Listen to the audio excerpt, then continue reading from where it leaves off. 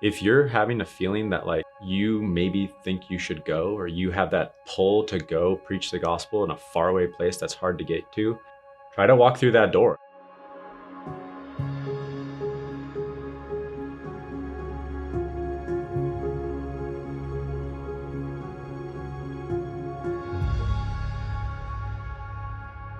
I was raised in a missions family. My parents went into full-time ministry when I was 2 years old, and I spent a lot of my life growing up traveling for 3 to 6 months out of every year, and saw Jesus do amazing things.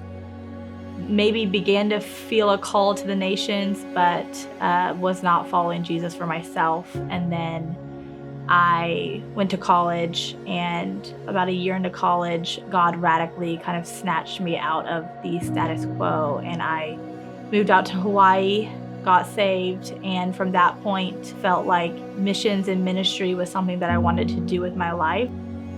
Yeah, I was, 19 years old when that happened. And when I met Mike, I was 20, and I was kind of in full-time missions at that point. I told him, I said, just so we're clear, our life is never going to be normal. Like, I am called to the nations, specifically unreached people of the world, and if either get on board or like this is not going anywhere. I don't remember exactly what I said, but I just remember internalizing that and being like, exactly what she just said was like, yeah, that's good news for me.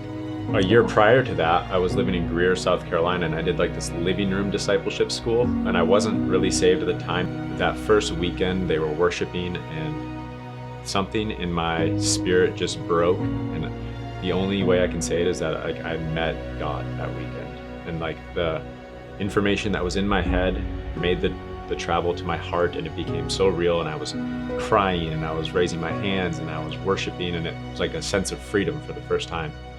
It was more than a feeling, it was an experience with God. That's how I would describe it. And so from that weekend, my whole life changed very quickly. Her dad, who was a missionary, came to speak in that school, and he spoke on the 1040 window, which is the section of the world where most of the 3.9 billion unreached people live, and like that resonated with my heart so much. I wanted to be on the front lines of that. I wanted to be involved in that. That made sense. Why I was alive was for that reason. It all kind of started to click and come to realize that that was God calling me to that. I think that him and I both got this call separately is a massive reason why we can be successful and not have any fear saying yes to moving our family now.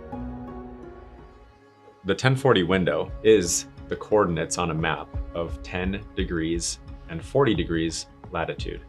This section of the world is where most of the people that are considered unreached or even unengaged live. There's like 3.9 billion people roughly that are unreached, which means they have had no access to the gospel their entire life. If you walk anywhere in America, pretty much anybody you see is a Christian or they're not. And if they're not, it's because they've had the conscious choice of deciding like, I don't want to follow Jesus. They've had access to the gospel. There's billboards, radio stations, a church on every corner.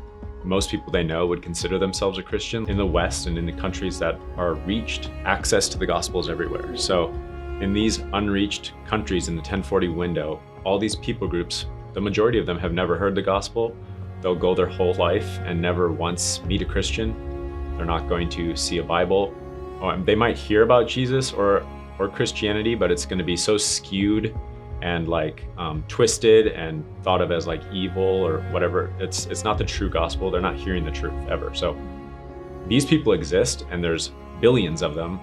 And so that is kind of like the great injustice on the earth that like we felt called to, was like not just missions, but missions to the people that haven't had a chance to hear. So like that's why we need to go. So that is essentially why we're going.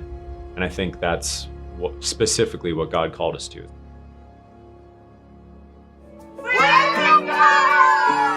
I think a lot of people ask us, especially now that we have 6 kids, like, why can't you just do it here?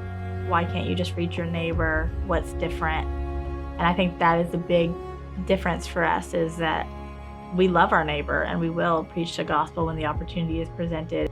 But every single one of these people have an opportunity. And one of the best pictures I've ever heard is it's about 70,000 people a day die without hearing the gospel. So it's like filling up a football stadium and all of them die and they've never heard. And when you really let that set in your heart, that's a problem. And I think the gospel demands action.